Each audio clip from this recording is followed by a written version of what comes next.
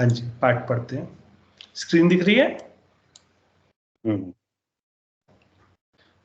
बंदो पांचों परम गुरु, 24 जिन राज, करूं शुद्ध आलोचना, शुद्धिकरण के काज।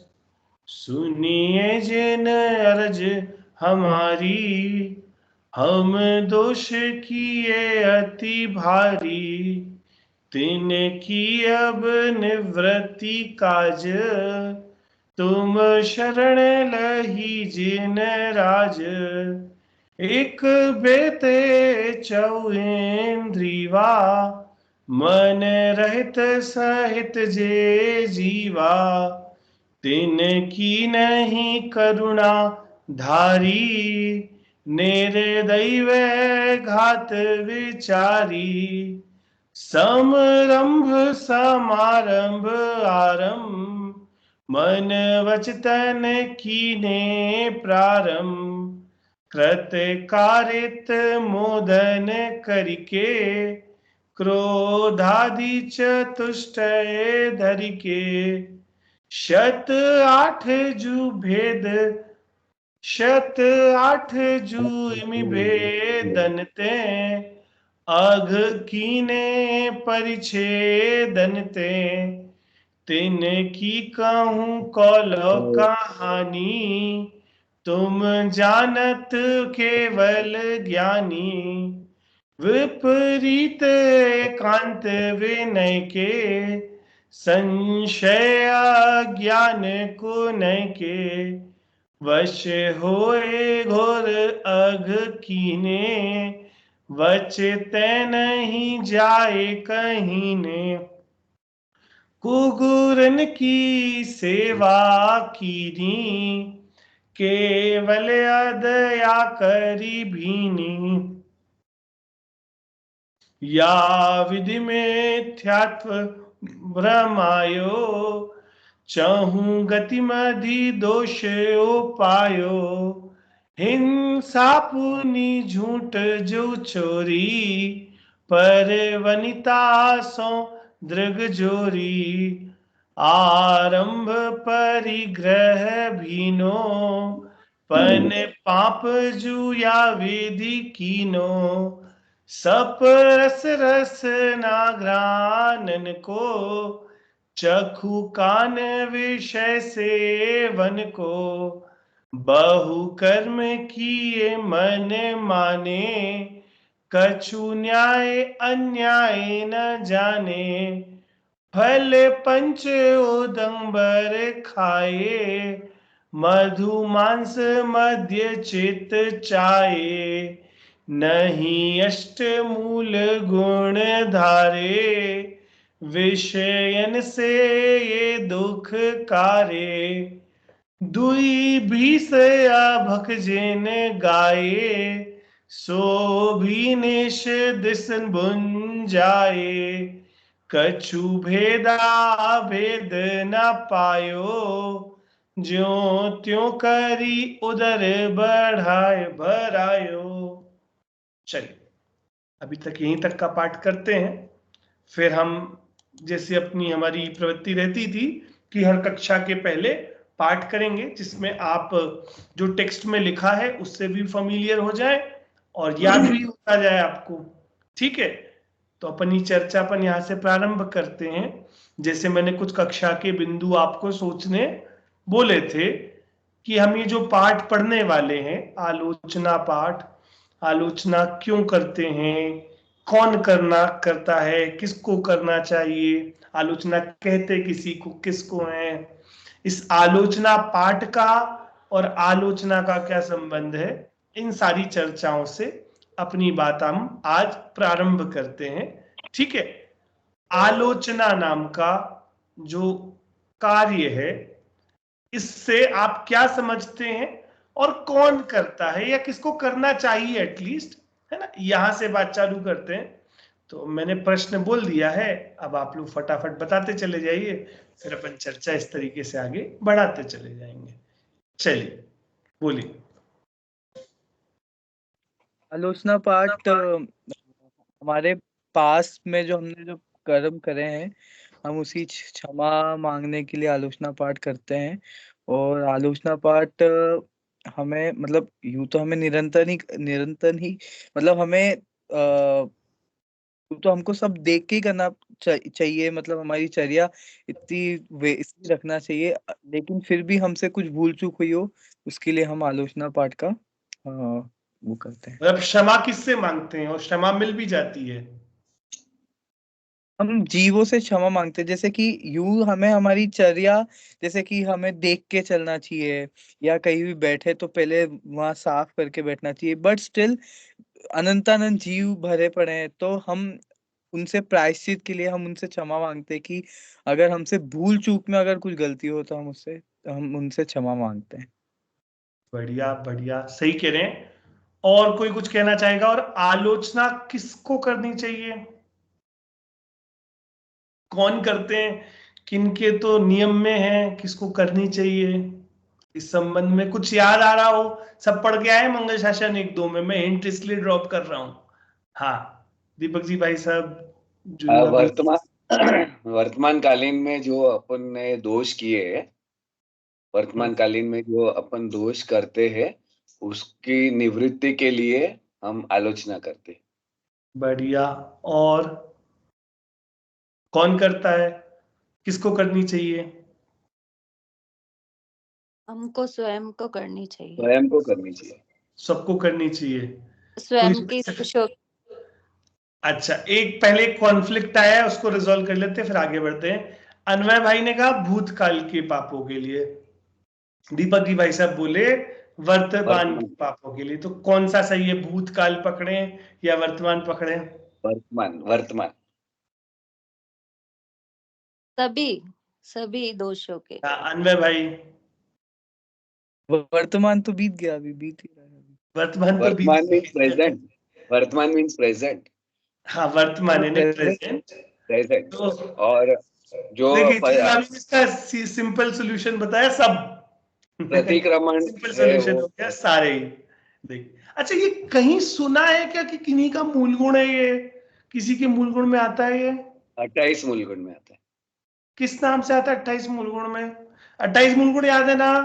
हाँ, याद है। आज मुनि महाराज के जो हाँ, 8 है उसमें से वो करते हैं ना। 8 नहीं है, मैं तो बस याद दिला रहा हूं क्योंकि मंगल शासन भाग 2 में चैप्टर था। और नहीं भी, अगर नहीं पता है तो 7 कोई 7 बात नहीं, हम फिर से डिस्कस कर लेते हैं। 7 7 5 7 महाव्रत, 5 समिति, 5 इंद्रिय विजय, फिर 6 सामान्य, 6 आवश्यक और 7 शेष गुण। तो जो 6 आवश्यक है या 7 शेष गुण है, उनमें से कहीं आता है ना? किस में आता है? अब मैंने सब याद दिला दिया है, थोड़ा सा ब्रशअप कीजिए। 6 आवश्यक में आता है। 6 आवश्यक आता है पक्का? किस नाम से आता है 6 आवश्यक में ये? सामायिक प्रतिक्रमण। सामायिक या प्रतिक्रमण? प्रतिक्रमण। बहुत बढ़िया, प्रतिक्रमण नाम से आता है। तो प्रतिक्रमण और आलोचना का क्या लेना देना है? अब प्रतिक्रमण के 3 भेद, भूतकाल की, है ना, भूतकाल का के क्या कहते हैं, पापों का को याद करना, उसे अपन क्या कहते हैं? उसे कहते हैं प्रतिक्रमण। वर्तमान का आलोचना, आगामी कालीन, उनको कहते हैं प्रत्याख्यान, है ना। तो प्रतिक्रमण, आलोचना और प्रत्याख्यान, भूतकाल के पापों के लिए प्रतिक्रमण। तो देखिए, तो अब आलोचना भी तो तभी करेंगे जब वो हो चुके होंगे। तो यहाँ पे भूत और वर्तमान का इतना मतलब है near past and very long past, यानी जो अभी अभी किए हैं। अच्छा, कब करते हैं मुनिराज ये? 3 बार करते हैं। हाँ, मुनिराज तो दिन में 3 बार करते हैं।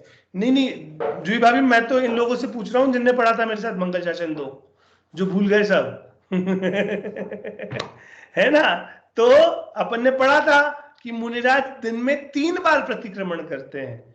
तो उनके लिए तो ये आलोचना बहुत छोटी छोटी हो गई ना। जो उसके पहले कर चुके हैं, उसके बाद से अभी तक के जो पाप हुए वो उनका वर्तमान हो गया, और उसके पूर्व जो पाप हुए थे उनका प्रतिक्रमण। और आगामी उनके पापों का प्रत्याख्यान। अभी मैंने रिजॉल्व नहीं किया है, अभी तो केवल डेफिनेशन समझ रहे हैं कि प्रतिक्रमण कहाँ जाता है, प्रत्याख्यान कहाँ जाता है और आलोचना कहाँ जाता है। बढ़िया, आगे बढ़ते हैं।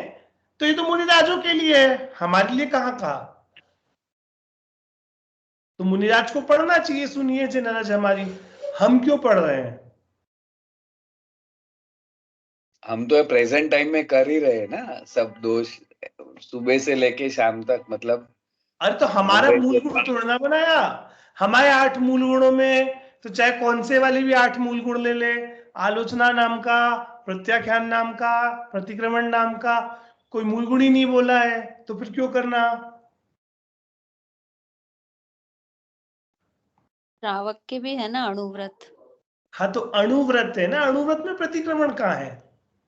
सामायिक है गुणव्रत नाम का, गुणव्रत शिक्षा हिंसा तो है। इस ग्रंथ में आप पढ़ रहे हो। हिंसा तो हो रही है, सही बात है। देखिए आप ऐसे समझिए, वो मुनिराज जिनके पाप भाव प्रत्यक्ष में किंचित मात्र भी नहीं दिखाई देता, उनके मूल गुण में प्रतिक्रमण डाला है ना। और हम जो निरंतर पापों से घिरे हुए हैं और हम बोले कि उनके लिए है प्रतिक्रमण, तो हमारे लिए थोड़ा ना है। तो ये वाली बात तो इनवैलिड है। जो निरंतर पापों से घिरा हुआ है उसके लिए तो ऑब्वियसली ये वाली बात है ही ना। और प्रतिक्रमण, अभी और आगे समझते हैं इस बात को कि प्रतिक्रमण करना क्यों जरूरी है, क्या हो जाता है आलोचना पाठ पढ़ने से, है ना, उस पर और थोड़ा जोर देंगे। तो जो मुनिराज के लिए जरूरी है पाप भाव से बचने के लिए, प्रतिक्रमण प्रत्याख्यान आलोचना, वो हमारे लिए क्यों जरूरी नहीं होगा? तो ऐसा कोई मत कहने लगना कि गिना तो केवल मुनिराज के मूल गुण में है, हमारे मूल गुण में तो गिना नहीं है। हमने तो 6 सुने थे, हमने देव पूजा, गुरुपास्ति, स्वाध्याय, संयम, तप, है ना, उसमें तो नाम नहीं आ रहा है ना। आ रहा है तप में, कहीं से नाम आ जाता है?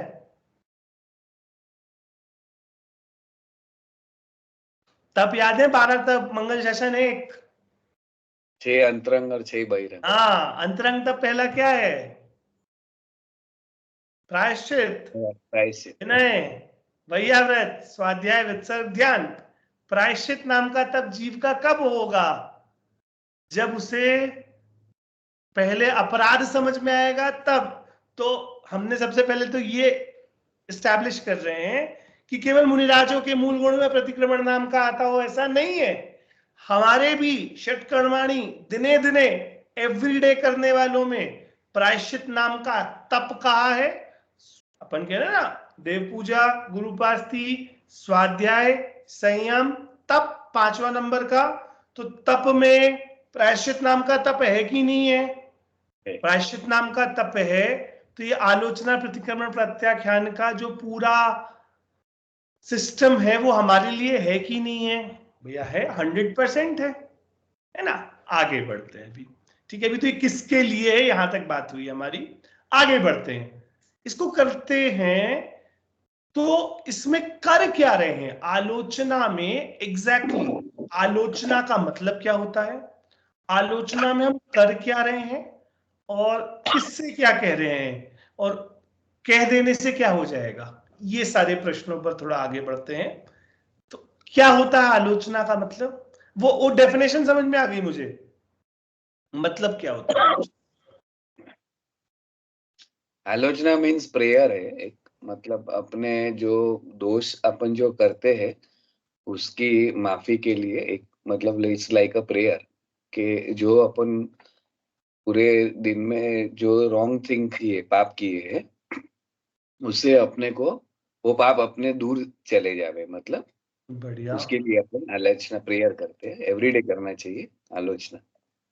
आलोचना एक प्रकार की, दीपक जी भाई साहब कह रहे हैं कि एक प्रार्थना जैसी है, एक प्रेयर जैसी है।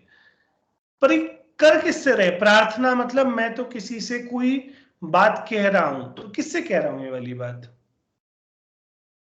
समझ, मतलब देव शास्त्र, देव से जो, मतलब अपने देव के पंच सामने परमेश्वरी हमने है, पढ़ा, पंच परमेश्वरी। सुनिए जिन आज हम अभी रिसेंट में हमने पढ़ तो लिया ही है जिन देव के सामने हम कह रहे हैं, पर उससे हो क्या जाएगा? भगवान तो हमें, देखिए हमारे यहाँ कोई ईश्वर कर्तावाद तो है नहीं कि भैया भगवान के पास गए और हमने कन्फेशन कर दिया कि भगवान मुझसे ये पाप हो गया है, मुझे माफ करना, मुझे इन पापों की सजा मत देना। भगवान तो ये वाला काम करेंगे नहीं, क्योंकि भगवान अगर मैनेज कर रहे होते, भगवान मैनेजमेंट होता भगवान के पास, ये सारा जैन दर्शन के अनुसार तो ये सारा चीज वैलिड हो जाती कि हम भगवान के सामने गए, भगवान सॉरी हमने बोल दिया, तो फिर भगवान के सामने जाके क्यों बोल रहे हैं वाली बात?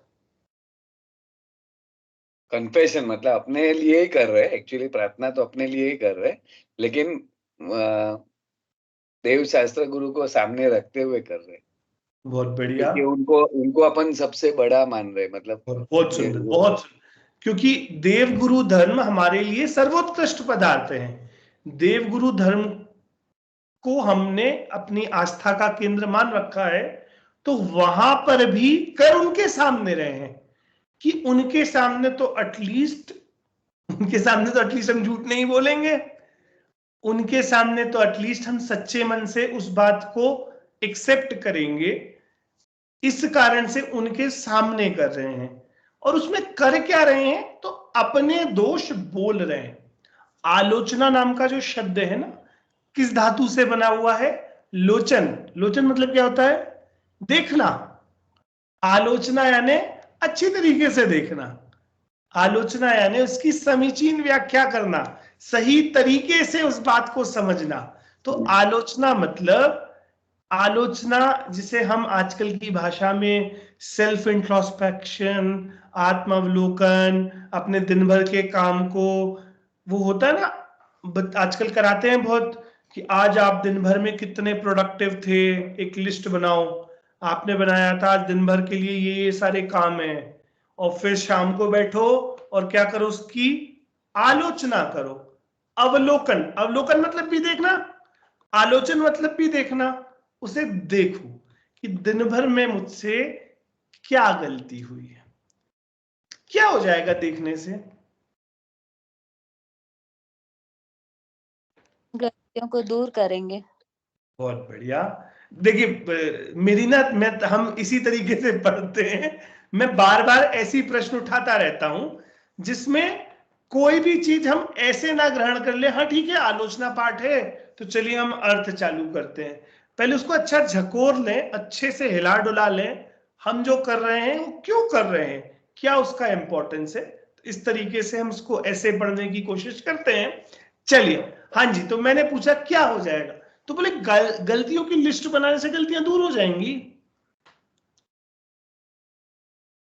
हमने तो गलतियों की लिस्ट बना ली ना अभी, मतलब रिपीट नहीं करेंगे। अगर ये आज जो गलती की है तो अपने को मतलब रियलाइज हो जाएगा कि ये मैंने रॉन्ग किया है, तो हो सके मैं इसको सुधार लूं, फिर वापस ना करूं, रिपीट ना करूं।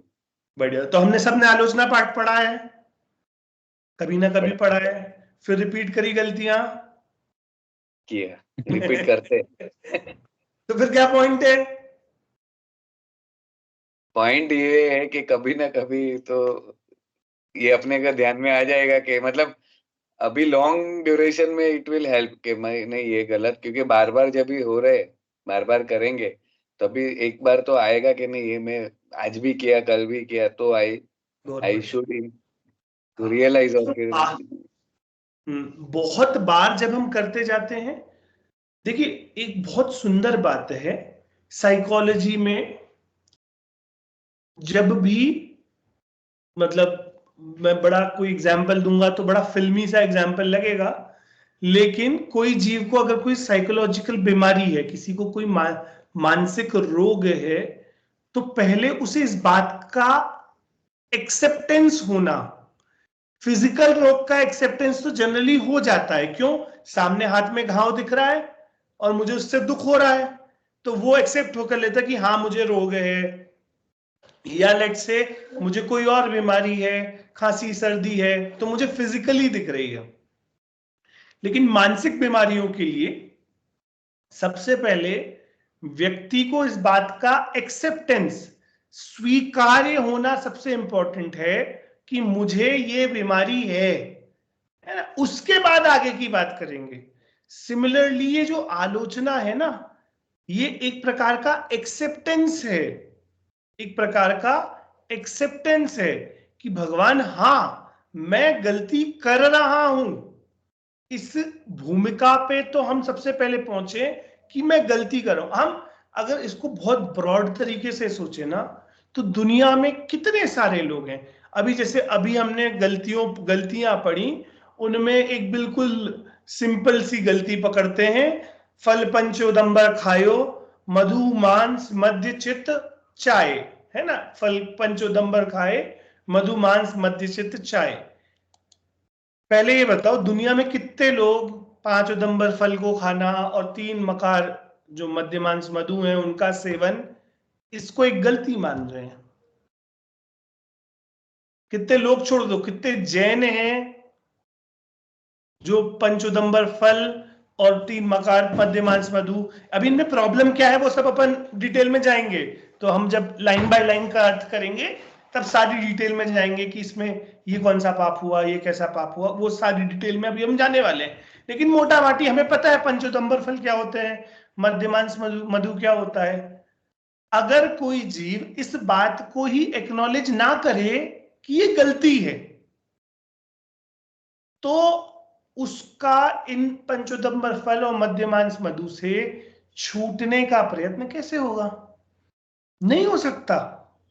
फर्स्ट स्टेप इज एक्नॉलेजमेंट, कि हम इस बात को स्वीकारें कि हम जो कर रहे हैं वो गलत कर रहे हैं। अब आगे बढ़ते हैं। एक बार भी नहीं स्वीकारा, हमने इतने दिन से पढ़ रहे हैं अपने जीवन में। चलो मैं अपने जीवन की गिनती करूं तो कम से कम 500-700 बार तो पढ़ा होगा मैंने आलोचना पाठ। 500-700 बार में एक बार भी स्वीकार नहीं हुआ मुझे। समझ रहे हैं? हम बोल तो रहे हैं सुनिए जी नरज हमारी, हम दोष की अति भारी, हम पूरा पूरा पाठ उनको सुनाते रहे हैं, परंतु इस बात की स्वीकृति, इस बात का एक्नॉलेजमेंट क्या हमें हुआ है कि हम जो आगे पूरी कहने वाले हैं वो दोष हैं, और उन दोषों के प्रॉब्लम्स क्या हैं, उन दोषों के कारण आगे होने क्या वाला है, ये पूरा इस चैप्टर में हम समझने की कोशिश कर रहे हैं। एक इवन जब कोई व्यक्ति है जिसने कोई बहुत बड़ा अपराध किया हो और वो क्या कहते हैं कोर्ट में जाके खुद अपने आप को स्वीकार कर ले कि मैंने ये गलती करी है, तो उसे कम सजा मिलती है। और जो नहीं मैंने तो कोई गलती की नहीं है, उसे ढांकता चले जाए और सबूतों से या एक्सटर्नल गवाहों से पता चले, तो उसे इस बात की कम गलती ज्यादा सजा मिलती है। कहते भी हैं क्योंकि ये व्यक्ति इसने पाप हुआ किया है, लेकिन ये इस पाप से खुद ग्लानित हुआ है, इस पाप से खुद दुखी हुआ है। तो ये जो पाप है ये मुझे सदा दुख के कारण है। ऐसा नहीं है कि ये पंचोदंबर खायो, मधुमांस मध्य चितलायो, ये पाप क्यों बुरा है, ये पाप क्यों बुरा है क्योंकि मुझे नरकों में ले जाएगा।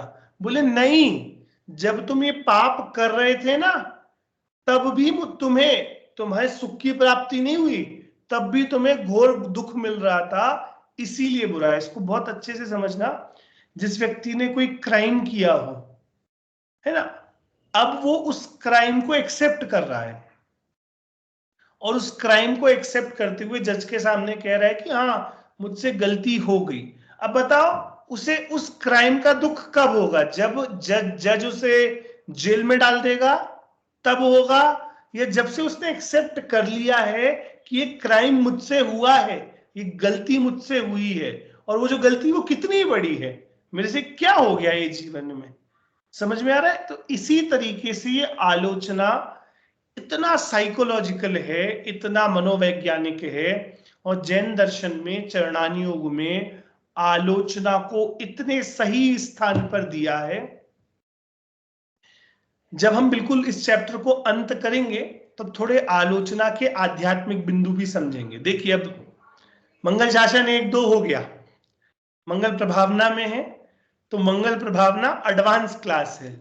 तो हम इन सारे बिंदुओं को थोड़े बड़े ग्रंथों के माध्यम से भी आलोचना की जब चर्चा होती है तो कैसी चर्चा होती है, चरणान योग में कैसी चर्चा होती है, द्रव्यान योग में कैसी चर्चा होती है, ये सारे बिंदु भी हम कोशिश करेंगे कि हम अपनी चर्चा में इंक्लूड कर पाए। कि वास्तविकता में आलोचना या प्रतिक्रमण से जीव मुक्त होता है, ऐसा कहा गया है। आलोचना और प्रतिक्रमण से जीव मुक्त होता है। कैसे मुक्त हो जाता है आलोचना करने से? तो वो जो पाप भाव किया था ना, उस पाप भाव से मुक्ति का तरीका है ये आलोचना का भाव, कि पाप भाव करके हम बंध गए थे और उस बंधे हुए पाप भाव से निकलने का तरीका है ये आलोचना। अब यहां पर इस पूरी चर्चा को याद रखना, क्योंकि अभी ये चर्चा अधूरी है कि पाप भाव से कैसे बंध जाता है और आलोचना के भाव से वह जीव कैसे मुक्त हो जाता है ना। ये पूरी चर्चा को कॉपी में स्टार मार्क करके रख लेना। हम ये चर्चा समय सार जी के मोक्ष अधिकार के आलोक में जब पूरा चैप्टर हमारा खत्म हो जाएगा तो 2-4 स्टार पॉइंटर की तरीके से 10-15 मिनट इस पे भी चर्चा करेंगे। और मैं भूल जाऊं तो फिर आप लोग याद दिलाओगे, है ना, कि मैंने ऐसी में प्रॉमिस करता जाऊंगा थ्रू आउट द चैप्टर, लेकिन बाद में आपका याद दिलाने का काम है। चलिए आगे बढ़ते हैं अब हम। तो ये कि हमारा अपराध बोध हो सके इसीलिए ये आलोचना की जाती है। आलोचना करना मतलब क्या होता है? एक सामान्य भाषा में कि वो उनकी आलोचना कर रहे थे, इसका मतलब बुराई कर रहे थे, है ना, बुराई कर रहे थे, या आजकल की भाषा में बोले तो वो उनके बारे में गॉसिप कर रहे थे। देखिए हमने आलोचना शब्द को कितना नेगेटिव कॉनोटेशन में बना रखा है, कितने नकारात्मक तरीके से उसको हमने उसे बना रखा है कि वो उनकी आलोचना कर रहे थे। अरे वो बड़े आलोचक आदमी हैं। यहां किसकी आलोचना करने कह रहे हैं? स्वयं की आलोचना चल रही है। देखो दूसरों की आलोचना करेंगे तो राग द्वेष होता है, और स्वयं की आलोचना करने से जीव वीतराग पद को भी पा लेता है। तो आलोचना यहाँ पे चलिए बैठ के एक आलोचना का आयोजन करें। तो उस आलोचना के आयोजन में हम आओ बैठेंगे, वो ऐसे हैं, वो ऐसे हैं, वो ऐसे, बोले ये वाली बात नहीं है, हम कैसे हैं इसकी पूरी चर्चा आलोचना पाठ में हम करने वाले हैं। बहुत आनंददायी है ये चर्चा।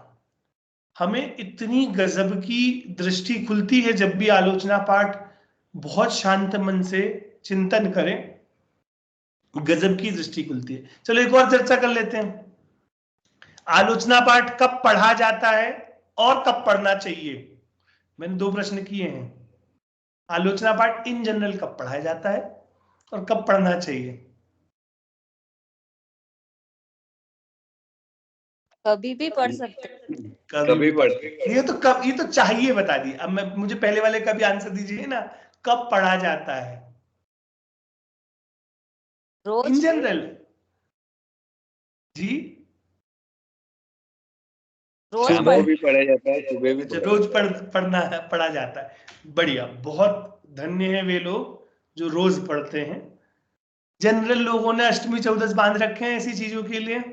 अष्टमी चतुर्दशी के दिन कुछ अगर रोज ना पढ़ पा रहे हैं तो अष्टमी चतुर्दशी तो पढ़ा ही जाना चाहिए, ऐसा कहने में कोई दोष नहीं है, लेकिन ये भाव हमारे निरंतर चलना चाहिए।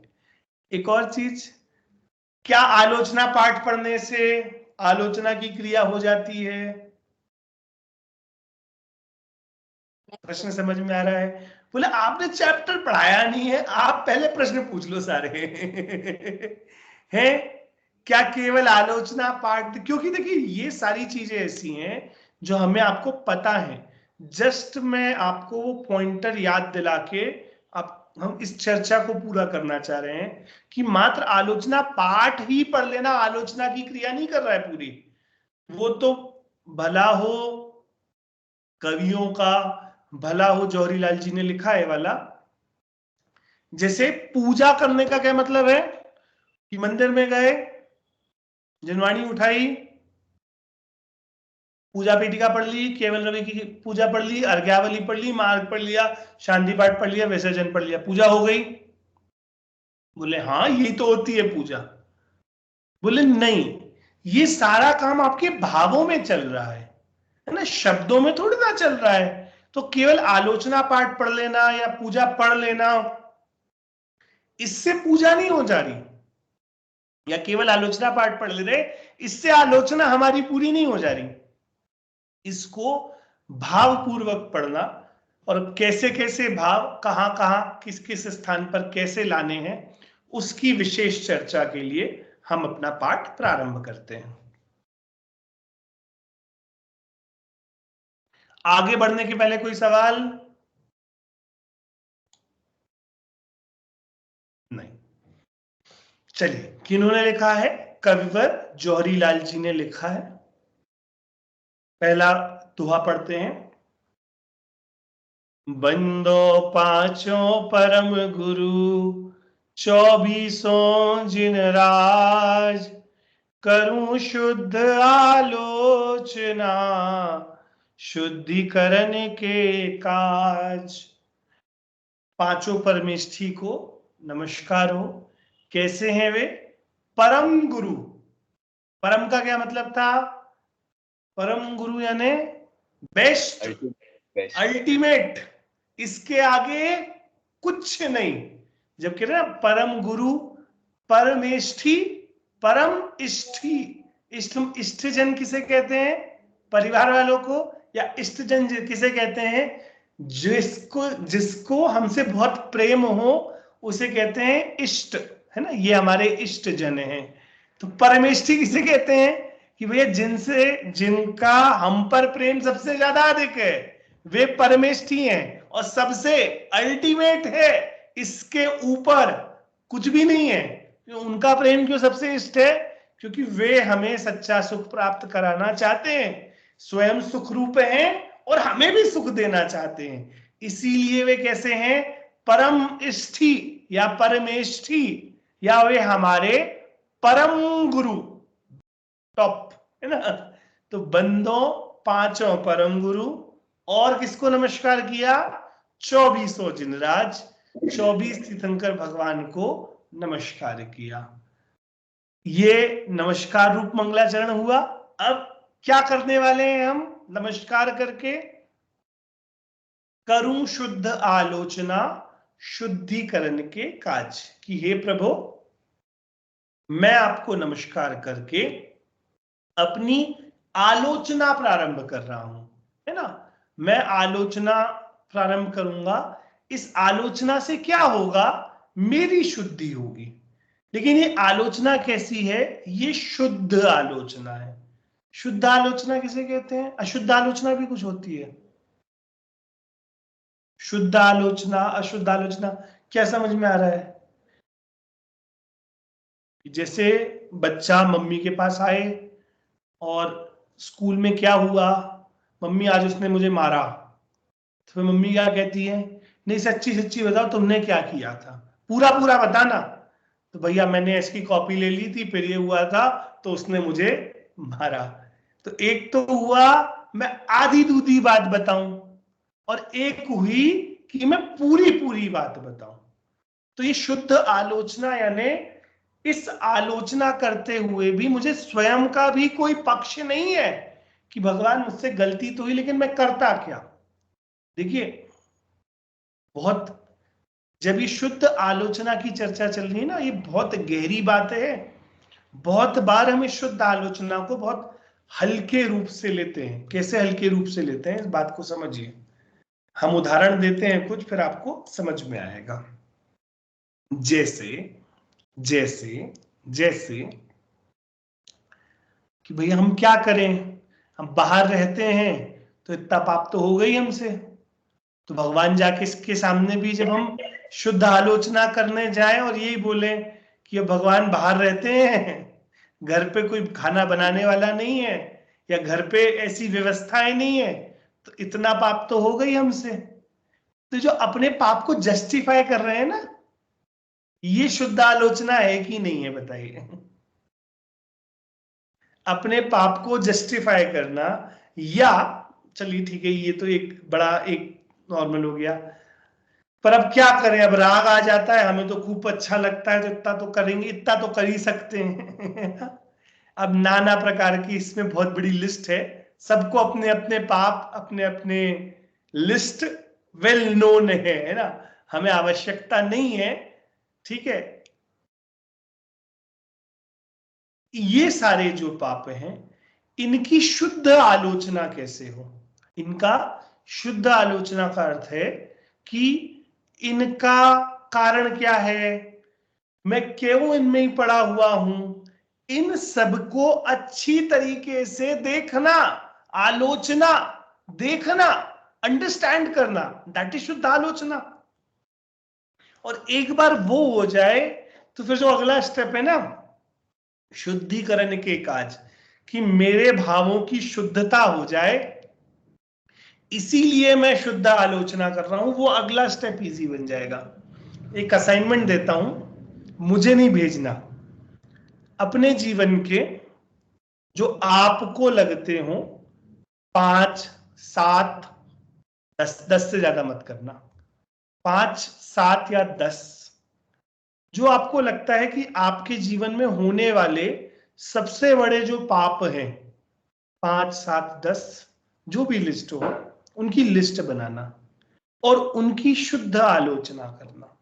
शुद्ध आलोचना यानी ये मैं कितनी गृद्धता के साथ करता हूं, कितना फ्रीक्वेंटली करता हूं, ये पाप जब मुझसे होता है तब इनमें मेरे भाव कितने रमे होते हैं, इस पाप भाव का स्टार्टिंग पॉइंट क्या होता है, क्या मैं यूं ही कर लेता हूं बिना सोचे समझे? देखिए कई पाप ऐसे हैं, बहुत बड़े पाप हैं, लेकिन मैं बहुत मन बना के विचार करके वो पाप नहीं कर रहा, बिना, जिसे कहते हैं ना, अज्ञानता में ही कर ले रहा हूं। कि जैसे मैं बहुत मोटा उदाहरण देता हूं, है ना, मैं एक्सपेक्ट नहीं करता कि हमारी सभा में कोई ऐसा, मतलब हम करते होंगे, लेकिन इन जनरल कि लेट्स से आज घर पे आलू की सब्जी बनी है ना, मैं एक उदाहरण लगा रहा हूं, आप अपने अपने पापों पे लगा लेना। आज घर पे आप एक कॉमन घर में रहते हैं, रूममेट्स के साथ रहते हैं, या ऐसे घर में रहते हैं जहां पे ये सब होता है, जैसी जैसी आप समझे, एक जिमीकंद की सब्जी आपके घर पे बनी है, आपका ऐसे कोई बहुत भाव भी नहीं है, तो भी गए, उठाई और खा ली। ये एक प्रकार का पाप है, पाप तो हो रहा है क्योंकि जीवों की हिंसा तो उसमें हो ही रही है, लेकिन इसमें कोई आपकी गृद्धता भी बहुत नहीं थी। हाँ, गृद्धता किसी और चीज की थी, आलस की गृद्धता थी, प्रमाद की गृद्धता थी कि आपने वहां पर सोच विचार के वह काम नहीं किया। लेकिन ये क्या पाप मुझसे ऐसे ही हो जा रहा है, ये इसके पीछे कोई बड़ी साइकोलॉजी चल रही है? तो ऐसे 5, 7 या 10 कोई अपने जीवन के पाप निकालें, उनकी गृद्धता के बारे में, उनकी फ्रीक्वेंसी के बारे में, और उनके क्या कहते हैं, उन जब वे होते हैं तो उसकी मूल जड़ कहां से चालू होती है।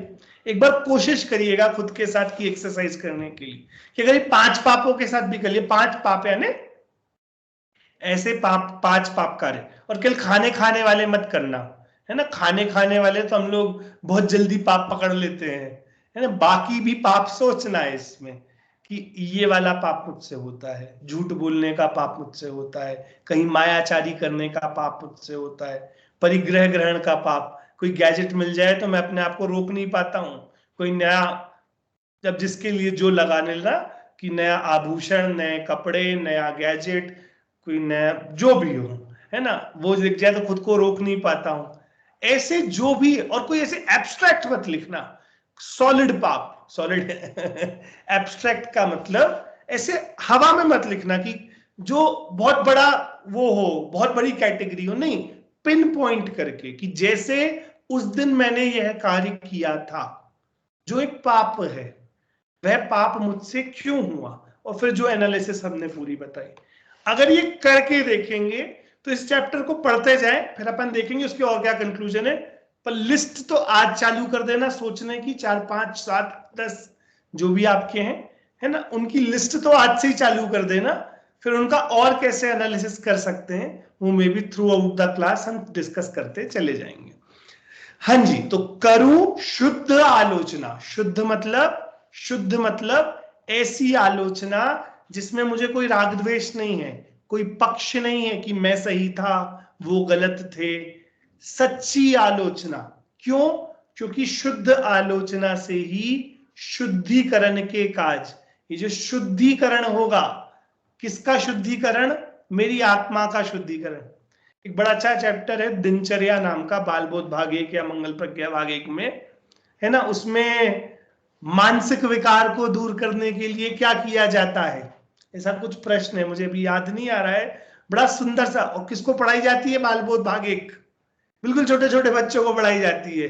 तो दिनचर्या में जैसे हम शरीर के रोग मिटाने के लिए स्नान, दातून, शौच आदि करते हैं, उसी प्रकार मानसिक विकारों को मिटाने के लिए भी मन की शुद्धि करना अत्यंत आवश्यक है। इस तरीके की कुछ लाइन है। तो ये मन की शुद्धि वहां से आ रही है कि जैसे दिनचर्या का हिस्सा, जैसे कोई ऐसा है नहीं, लेकिन कोई व्यक्ति रोज नहीं नहाता हो तो उसे हम कैसी घृणा की दृष्टि से देखते हैं। कोई व्यक्ति रोज ब्रश ना करता हो तो उसको कैसी हम घृणा की दृष्टि से देखते हैं। तो कोई व्यक्ति शारीरिक शुद्धि नहीं करता तो वो तो बुरा है, लेकिन कोई मानसिक शुद्धि पर जोर नहीं देता तो कोई बात नहीं, चल जाएगा। हमारा बैलेंस भी तो कैसा अजीब हो रखा है। तो जैसी शारीरिक शुद्धि की आवश्यक है, क्या मानसिक दोषों को, मानसिक विकारों को शुद्धि की आवश्यकता नहीं है? तो ये शुद्धिकरण के लिए हे प्रभु, हे पांचों परमेष्ठी, हे 24 तीर्थंकर, मैं आपके समक्ष ये शुद्ध आलोचना करने जा रहा हूं। देखिए, जब भी प्रतिक्रमण पढ़ा जाता है ना, आप कोई भी प्रतिक्रमण पाठ देखेंगे तो उस प्रतिक्रमण के पहले एक स्टेप होता है जिसे कहते हैं दिग्वंदना। अगर हमें बड़ा प्रतिक्रमण का स्वरूप क्या है, अगेन ये मैं आपको 100%, ये तो मेरे लिखा है नोटेड डाउन, कि प्रतिक्रमण की विधियां क्या हैं। क्या केवल एक आलोचना पाठ ही जो हमें मिला हुआ है वही है प्रतिक्रमण का तरीका, या शास्त्रों में और भी तरीके हैं? तो इनका डिस्कशन भी हम चैप्टर के एंड में करने वाले हैं कि कितने कितने तरीके के प्रतिक्रमण होते हैं, किन किन चीजों के बारे में प्रतिक्रमण किया जाता है। तो ये बहुत शॉर्ट में एक आध क्लास में हम ये दोनों तीनों पॉइंट कवर करेंगे। आप लोग नोट कर लीजिए, बाद में याद दिलाइएगा, मुझे याद रहेगा लेकिन आप लोग याद दिलाइएगा। तो उसमें मैं जिस पॉइंट पे जोर देना चाह रहा हूं, और फिर वहां पूछूंगा जब बड़ा प्रतिक्रमण समझाऊंगा तब, कि उसमें पहले नमस्कार किया जाता है। देखिए, जब तक नमस्कार एक प्रकार का मतलब एक इंडिकेशन है, वो एक इशारा है कि हमने सबसे पहले, हम आपको सबसे बड़ा मानते हैं, इसीलिए हम पहले नमस्कार से बात चालू करते हैं, एंड देन हम अपनी पूरी दोषों की लिस्ट आपको सुनाने जा रहे हैं। तो ये कॉमन है, हम बड़ा प्रतिक्रमण करें या और भी प्रतिक्रमण पाठ आदि करें, इन सबके पहले भगवान को नमस्कार करना आवश्यक है। और खासकर जो मूल अपनी प्रतिक्रमण की चर्या है उसमें तो दिग्वंदना यानी चारों दिशाओं में जितने जितने भगवान है, इस दिशा की ओर मुख करके जितने परमेष्ठी हों उनको नमस्कार, उस दिशा की ओर मुख करके जितने परमेष्ठी अकृत्रिम चैत्यालय हों उनको नमस्कार। इस पूरी प्रोसेस के बाद चालू होती है वास्तविकता में ये आलोचना। तो जवाहरीलाल जी ने भी जब उसका हिंदी वर्जन निकालने का प्रयास किया तो उन्होंने उस बात को मेंटेन रखा कि पहले मैंने एक लाइन में ही सही, मैंने पांचों परमेष्ठी और 24 भगवान को नमस्कार किया, 24 तीर्थंकरों को नमस्कार किया, और हम आगे की बात चालू करते हैं। पहला छंद लेते हैं, उसका अर्थ करेंगे, बाकी की चर्चा अगली क्लास में करेंगे।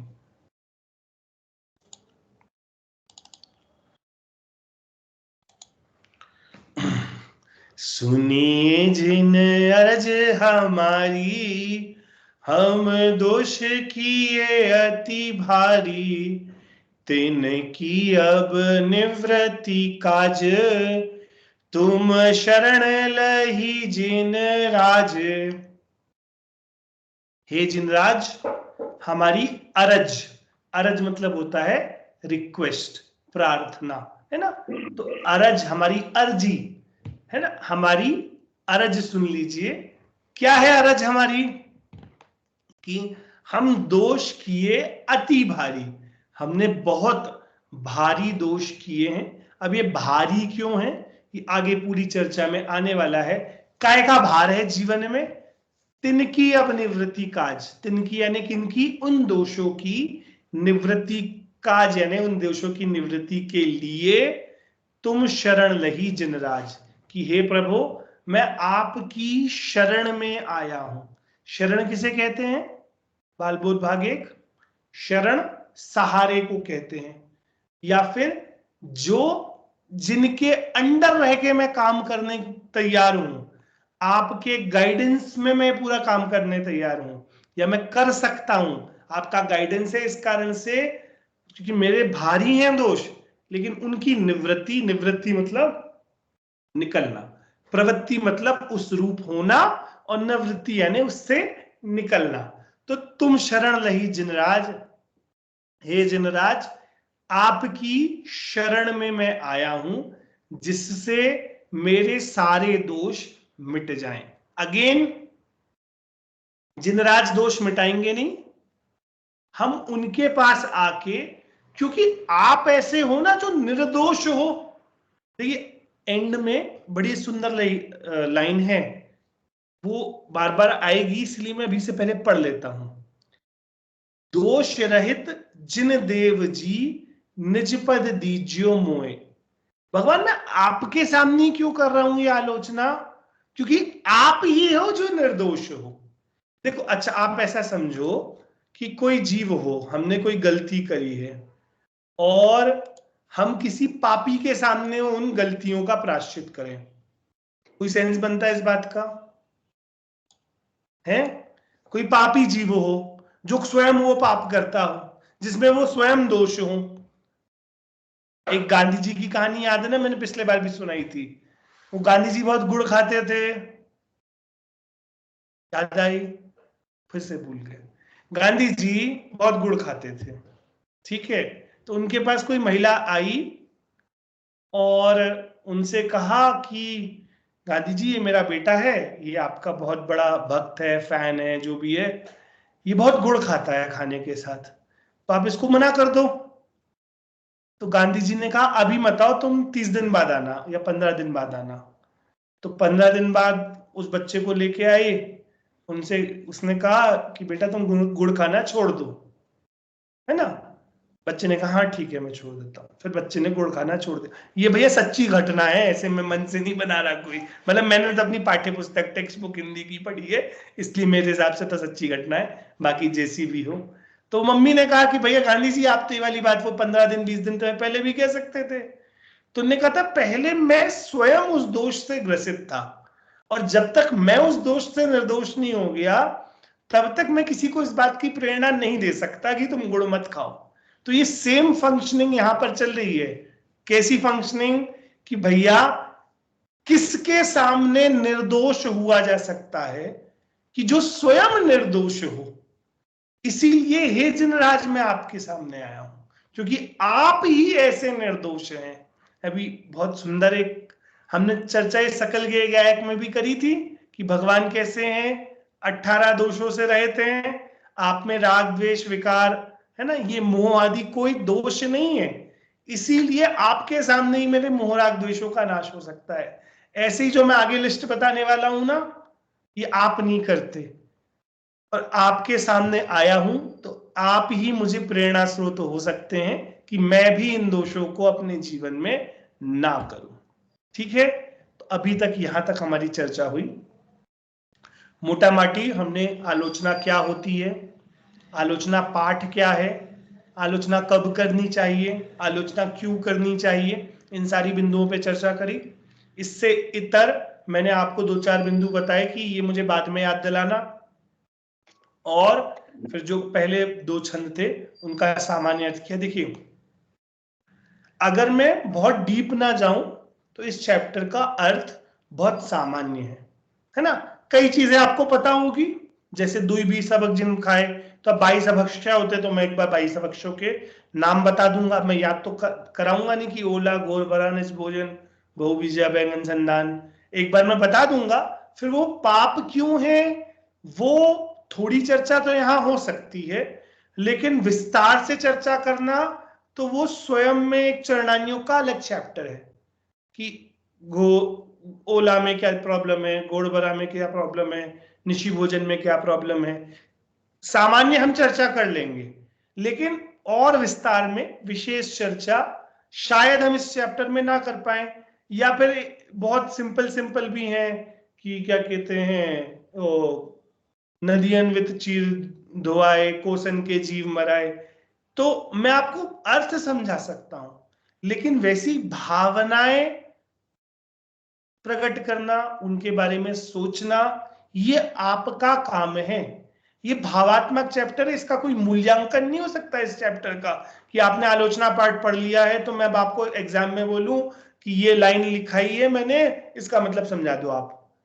वो तो बहुत मोटा है, वो तो आप समझ ही जाएंगे, लेकिन उन भावनाओं को अपने अंदर में भर पाए, ये हमारे इस चैप्टर का उद्देश्य है, ये मोटिव है इस चैप्टर का। लेकिन कुछ ऐसे बिंदु भी हैं कि वो 108 प्रकार से पाप कैसे होता है, तो क्या क्या एवेन्यूज हैं हमसे वो पाप हो जाते हैं, या जो 5 प्रकार के मिथ्यात्व हैं वो क्या होते हैं, उन सब की चर्चा विस्तार से करेंगे। और जो क्रियाओं वाली चर्चा है, तो मैं आपको इंडिकेट करूंगा कि वो कितना बड़ा पाप है, फिर आप उससे अपनी भावनाओं पे के लेवल पे उतारने का काम वो आपका। फिर चैप्टर के एंड में हम इस चैप्टर को समझ के हमें किस पाप के प्रति या पाप के प्रति ग्लानि कैसे उत्पन्न हुई, इन पर चर्चा करके हम इस चैप्टर को कंक्लूड करेंगे। तो इस प्रकार से मैंने आपको पूरे चैप्टर का आर्क, मोटिव वगैरह भी बता दिया है। ठीक है, तो अभी की चर्चा अपन यहीं तक रखते हैं। ठीक है, चलिए।